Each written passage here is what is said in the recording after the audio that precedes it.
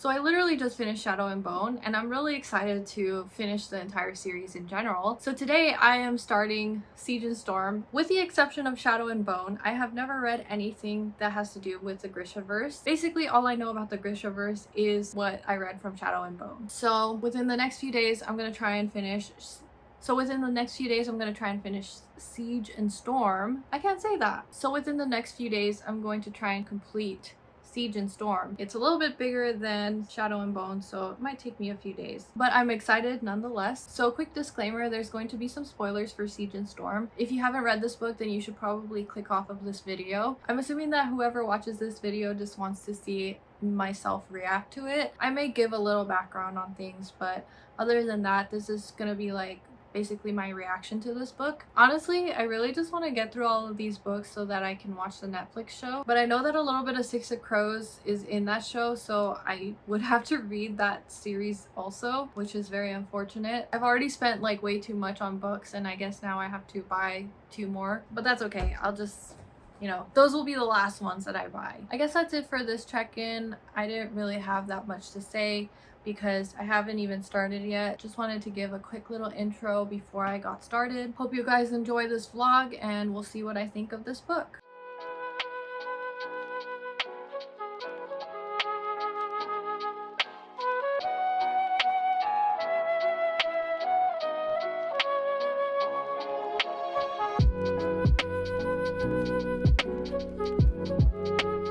Hello everyone, it is now Friday. I'm sorry I haven't been updating very frequently, but it hasn't been that great of a week for me, so I haven't really been in the mood to like get myself all done up and record a video. I've still been reading though. I'm on chapter 7, which is page 107. I'm finding it hard to get into this book compared to Shadow and Bone, but it may be because of like the stuff that's going on in my life this week. But just to give you a rundown on like what's happening right now, Mal and Alina start off, they've already ran away from the last book. The Darkling ends up finding them like in the first couple chapters of this book. Apparently he has like this new power where he can like create Volcra or something. I don't even know what they are, but like actually it does say what they are. I forgot what they're called. I can't even find the page where it says what it's called. But anyway, apparently he can create these monsters out of thin air. He's like thanking her, but he doesn't explain why like she's the cause of this thing being able to happen. So I'm kind of confused about that. So he captures them, and there's like a new character who's like a privateer or something. His name is Sturmhond. I don't know how to pronounce it. I guess the Darkling paid Sturmhond to like acquire this whaler so that they can track down the Sea Whip. I don't know why, but I just said Sea Whip. The Sea Whip? I don't know, it sounds so weird to say that, but I guess it's like this dragon that is kind of like the Morzova stag, where it's like an amplifier or something. And in the first book we know that only 1 amplifier per Grisha, but I guess the Darkling wanted to get another amplifier for Alina for some reason. I'm assuming his plans are the same as before, where he like wanted to take control of the fold and like use it for his own personal gain, because I don't think anything has changed, to be honest. Mal is probably the greatest tracker of all time, or probably like, okay, so I wrote this down and I don't know if anyone else feels this way. The Darkling basically gave Mal a week to find the Sea Whip, and he does end up finding it within a week. This thing that was pretty much myth, to me it makes more sense that he found the stag, because land animals can make tracks in like the forest and stuff. But when you're tracking a sea animal, how do you track a sea animal? Like, I know he was saying there was like scratches in the ice or something like that. I don't know. To me it like seems like a really hard thing, and he found this thing in like a week. Yet when he was looking for the stag, didn't it take him like months to find it? Make this make sense. And also, this thing was like pretty much like a myth before they found it. Out of all the years that this thing has been in existence, no one has found it, and then Mal takes only a week to find it. Like, he has to have like some sort of superpower. He can't just be like a normal person that's just good at tracking, you know what I'm saying? So at this point they had already found the Sea Whip, and they already made another amplifier for Alina with it. Also, they escaped from the Darkling. Sturmhond did like a mutiny or something like that, and they like escaped together. So I guess Sturmhond is taking Alina and Mal to the other client, and that's where we're at right now. I think Alina's also having this kind of existential crisis where she doesn't know if she can like live with Mal for that long, because she's extremely powerful and he's just like a regular person. So I don't know, she's having like this internal struggle about him not really understanding her power and all that stuff. I said in my last video that I wanted Alina and the Darkling to be together, but the way that he's been acting lately is just like not it. I'm not really vibing with this person. He's giving me like villain vibes, and not in like the sexy way. This dude is just mean. Like, he's just straight up mean. He's not like, I don't know, I'm not like attracted to him anymore. He's just like has no heart. What I like about bad boys is that they're like mean, but like they have a soft spot for that person in their life that they love, and he just like does not have that for Alina. Like, I just don't see it anymore. I've been doing a little bit of research for like keywords and stuff, just YouTuber stuff, and in some of the thumbnails that I've been seeing of other people posting their like Shadow and Bone vlogs and stuff, I've been seeing like Dark Lena and Melina stands and all that. I was like, oh, I guess I was like a Dark Lena stan before, but I wouldn't say that I'm like a Melina stan. But Mal is like a lot nicer to Alina, obviously. He's like very supportive. They've been friends for so long too. Like, she also said that Sturmhond is like only like a couple years older than her, so I'm like, is this gonna be a potential other love interest for her? We'll see. He's kind of like bringing a little bit of like humor to the book, which I really like, because everyone in this book is like way too serious, so I do like him for that. But do I see him as somebody that I would want Alina to be with? I don't know yet. I don't know. Also, I guess they're gonna try and find the third Morozova amplifier, which is apparently like a firebird or something, and I think it's the one on this cover right here. I keep saying sea whip, so I guess this is like the sea whip, and obviously the first one has like the stag on it, so I guess these are like the 3 amplifiers that Alina is gonna try and get. That's like their whole mission, to get the third one. I swear, if Mal finds this freaking firebird like a short period of time, just like he did for the sea whip, I'm gonna be like, what the hell? Literally, he has to have some sort of power, because there's no way like generations and generations of people knew about like these urban legends and like never actually went to find them. There's like probably like hundreds of people who try to look for, like in real life, like hundreds of people who try to look for Bigfoot and like the Loch Ness monster and stuff like that. Researchers and just like a bunch of people trying to find these urban legends, and they never find them. So I'm assuming like it's the same here. He has to have some sort of random power that allows him to find these animals so well. I don't know why I'm so passionate about that, but like it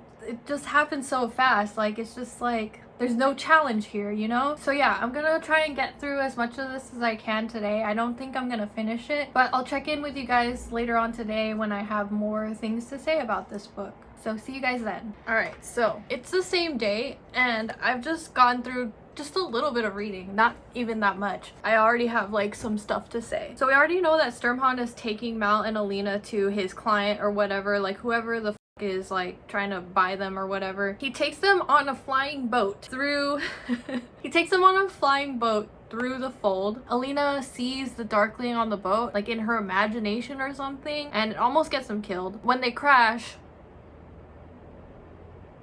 what did I say in the last check-in about Sturmhond? I thought that he might possibly be another love interest for Alina. So they crash into this lake. Apparently Sturmhond does not look like how he did before. I was gonna record a check-in, but I just really wanted to know who this guy was. So you'll just have to take my word for it. But I literally thought, like right before he revealed who he was, I literally thought like, what if he's a prince or something? Because he shows his like appearance and stuff, and Alina literally thinks like, he's kind of handsome, and I'm like, what if this guy is a prince or something? Literally the next page it was like, yeah, this is the prince. So now I'm starting to see like more of a potential for him to be another love interest for Alina. What would their like ship name be if they were like together or something? Sturmhond Lena, or Alinhond, Alurmhond. I actually haven't seen any like ship names for them, so maybe they don't like have like a love interest or anything like that. I don't know. He's a prince. She said he's handsome, and I feel like there might be some stuff going on between them. So I'm on chapter 9 right now. I only read like 2 chapters. Hopefully it starts picking up soon, because honestly I'm not like really vibing with this book as well as I did with the other one. Oh, one thing that I forgot to mention in the last check-in that I meant to mention. So Alina is trying to get all these Morozova amplifiers together, and I feel like she's gonna get greedy. She's gonna have the struggle of power where she like wants more, but she has to basically like control it and stuff. And with my track record of being able to predict, well actually I didn't predict the Darkling betraying her, but with me being able to predict that Sturmhond was the prince, maybe I will be right about Alina trying to get greedy. We'll see about that. Still gotta meet her client and stuff. I'm gonna stop talking because I do want to get through at least halfway on this book, and then I'll check in with you guys after I've done that. So see you guys later.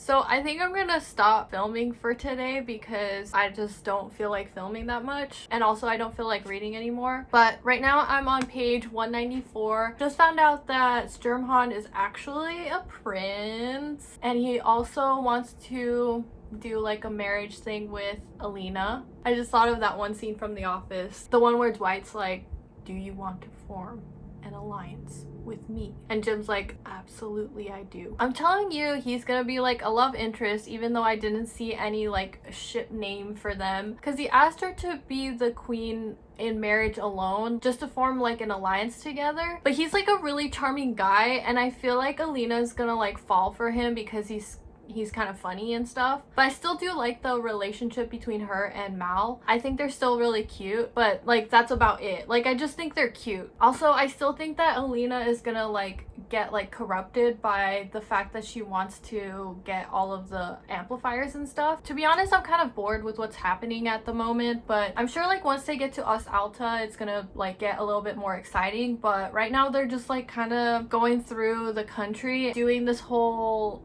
image thing. I don't know how to describe it. They're pretty much just like parading themselves and like announcing that the Sun Summoner is back. So I feel like this part is kind of boring to me, and that's kind of why I don't want to read anymore. Also, I haven't really been paying attention to the lore of this story. She is talking about like Sancta, I forget what the name of the saint is, but yeah, like I feel like I should be paying more attention to the lore of the story, but I guess like I don't know if it's that important, but I just want to know what happens next. So I'm just gonna keep reading and not pay that much attention to the lore. All I know is that she's trying to get the 3 amplifiers together, and I've mentioned it already, but I feel like that's like the most important thing, and maybe in the end it will make a lot more sense about them like talking about all the saints and all that stuff. So yeah, I'm just gonna keep reading, and maybe I'll check in with you guys maybe like tomorrow or on Sunday. So see you guys then.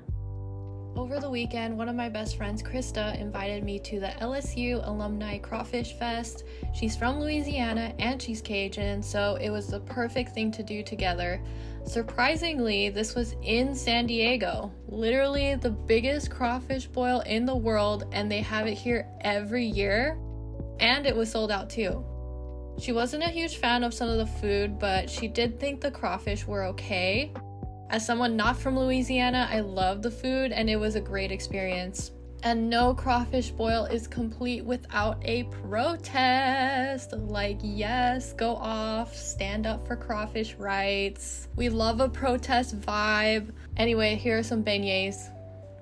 so I haven't given an update in a while, but I have been reading still, so I'm more than halfway through. I have like this much left, so I think I can finish it today. I found the audiobook on YouTube, so I think I'm gonna be listening to the rest of it, but to be completely honest, it has been very slow going. I find it a little bit hard to pick up this book sometimes. It's mainly because nothing is really like, I don't want to say that nothing is really happening, but at this point Alina is just trying to get the trust of everybody, because she did like run away and there is like a cult that is started for her and all that. There's people who think that she helped the Darkling in destroying Grishaverse, so understandably there's people who don't trust her. She was able to get the king's blessing to become like the leader of the second army, so she's kind of switching up the rules on everybody about like the whole Grisha thing. So now everybody's like gonna work together, and all the materialki are gonna be included in like the war meetings and stuff, which has never been heard of because they're not trained in combat and all that. Honestly, I can't remember what I said the last time that I checked in. I think that I found out last time that Sturmhond is a prince, and I suspected that he would become another love interest for Alina. He did kiss her, but it was kind of like an image thing. He's been saying that he wants her to be his bride for like political reasons, but I think that he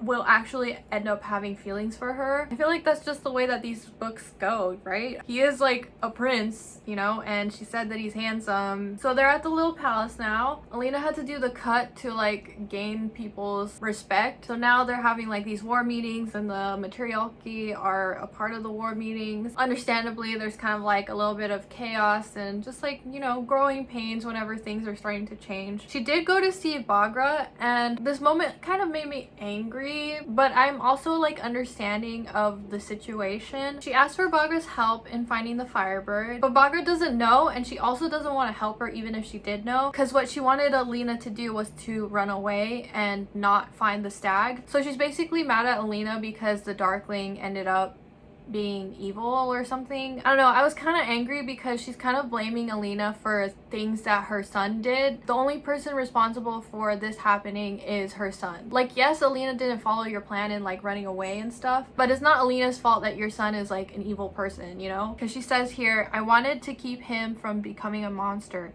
but it's too late for that, isn't it? Thanks to you, he is farther from human than he's ever been. He's long past any redemption. It's like, don't blame her. And then Alina feels guilty after this because she threatened to take away like her last comforts or whatever. You should also be mad that she's blaming you, because what you want is to save the world, but Bagra only wants like her son to be a good person, I guess. I don't know. But I'm also understanding that she is a mother, and mothers can sort of be that way towards their children. Still though, you know that your son is gonna be a bad person, so you stop him from being a bad person, but now that everybody knows that he's basically a murderer, you just don't want to stop him? Like, all you cared about was everybody finding out that he was a bad person? To me, all she cares about is his image. And then to top it all off, she's just blaming Alina for all of this, which it's not her fault. We also have this theme of Alina struggling with her power, and I think I mentioned this earlier. I did suspect that Alina would kind of like have this internal struggle of her trying to find all of these amplifiers but also still being like a good person. Somehow in my mind I feel like it has something to do with the bite that she got from the,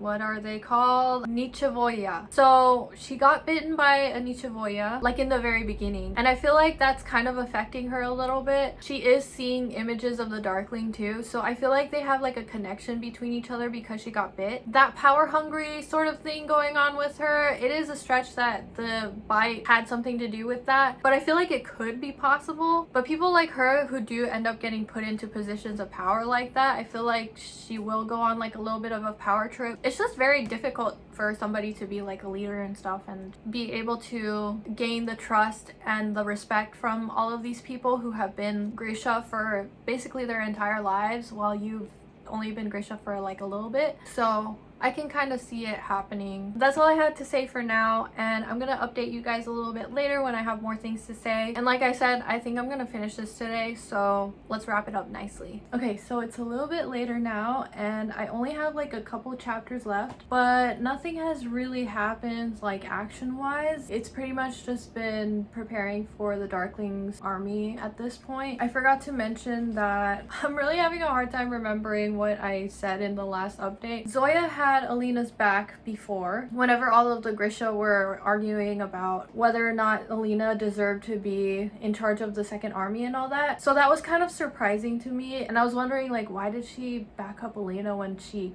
basically hated her, right? And then we found out that she actually had family in Grishaverse, so I guess that's why she doesn't like the Darkling anymore. Alina is continuing to see the visions of the Darkling, and also he can touch her too in like these visions, so that's kind of making me think that he's actually there instead of him just being a figment of her imagination. Maybe he's like listening in on like the stuff that's going on, so maybe he like knows everything. Nikolai really likes Alina. He tried to kiss her or something, or he said he wanted to kiss her, but he didn't want Mal to be on her mind or whatever. I actually think that I like him better than Mal, because Mal is kind of like the jealous type, which I personally don't like, but that shouldn't be the only reason why I don't like him. I don't know. I'm just not as big of a fan of Mal as maybe other people are. So since I'm like really close to the end of this book, I feel like this is all just preparation for the third book. I mean, maybe there will be a little bit of action towards the end of this, but I literally have like this much left. I mean, maybe immediately in like this next chapter it's gonna happen, but like I honestly have no clue what is gonna happen, and could they fit it in these last few chapters too. So it's really looking like all the action is gonna be in the third one. I know that she's looking for the Morozova journals, because that is what basically the Black Heretic or the Darkling used to create the fold, like on accident. And I guess Ilya Morozova wrote down like basically how he created life too, because he was like the first one to do that. So Alina basically needs that so she can find the Firebird, because none of the other like textbooks that she's reading have any information about the Firebird, or instead the information is actually coming from a bunch of different places, and there's not just one place that the Firebird has been spotted. There's just so much going on. The Apparat confronted her at like this party or whatever that they attended. He basically said that he has the journals, but I don't know if he can be trusted. Nobody knows if the Apparat has just been crazy this whole time, or if he's just been following the Darkling's orders, but he did say that he had them. I feel like I've been pretty good at predicting what's going to happen throughout these books, but I really have no idea what's going to happen in these last couple of chapters. So I'll just keep reading and finish the book, and I'll give you guys a final update after that. Ugh.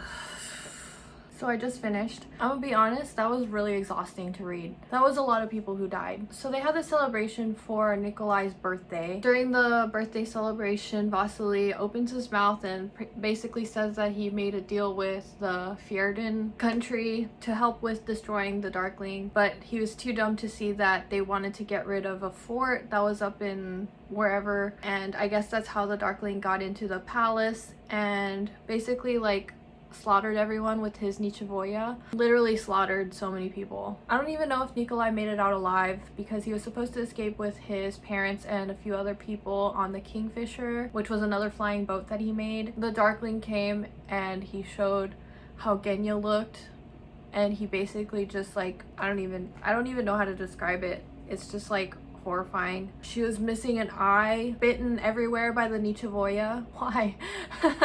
Why?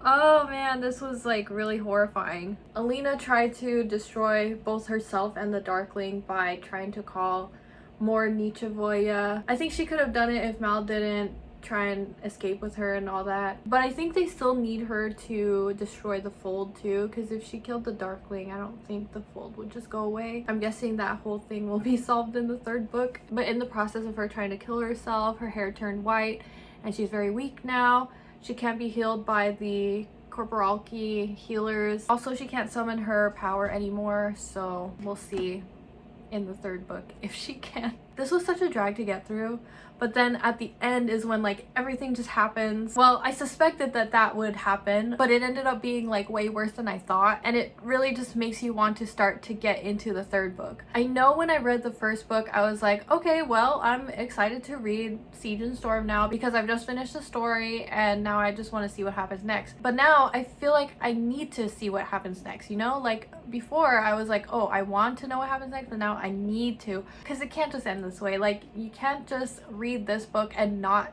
pick up the next one, you know? I mean, I was flipping through the pages really fast in this last couple of chapters, but also that was really difficult to get through. Not difficult as in it was bad, like difficult as in it was like very, eventful. So yeah, I think I'm gonna end it there. I'm gonna get started on the next vlog for Ruin and Rising. Hopefully it all sums up in a neat little ending in the third book. But yeah, this book was kind of just like preparing for everything that happens in the third book, I'm assuming. So I would say, given everything that happened, given the fact that it was very hard for me to get through this book, but the action at the ending, same thing as how I felt in Shadow and Bone. These action scenes are like nothing I've ever read before. The characters are really good. I'm still not sure how I feel about Mal and Alina. I honestly have no clue. I certainly don't like Alina and the Darkling together anymore because he's just plain evil. It's just not, that's just not it. So given everything, I think I'm gonna rate this one a 4 out of 5 stars, just because in the middle it does get kind of boring in my opinion, but I understand that that was necessary for things to move along and make sense and all the lore to be discussed and all that. So I'm gonna wait until tomorrow to pick up Ruin and Rising, because this was just, it took everything in me to read this book. I feel like I'm feeling like a lot of emotions right now, so I'm gonna let this one sit for a little bit before I pick up the next book. So stay tuned for that vlog. It's gonna be coming out next week and I will see you guys then. But in the meantime, I do have another video coming out on Wednesday. Thank you guys so much for watching. I had a lot of fun making this video. I really hope you enjoyed it. If you did, don't forget to leave a like. If you've been watching a few of my videos, consider subscribing because I post new videos twice a week. And if you want to keep up to date with those videos, hit the notification bell so you can be notified every time I upload. Thank you so much for watching, and I'll see you in my next video. Bye!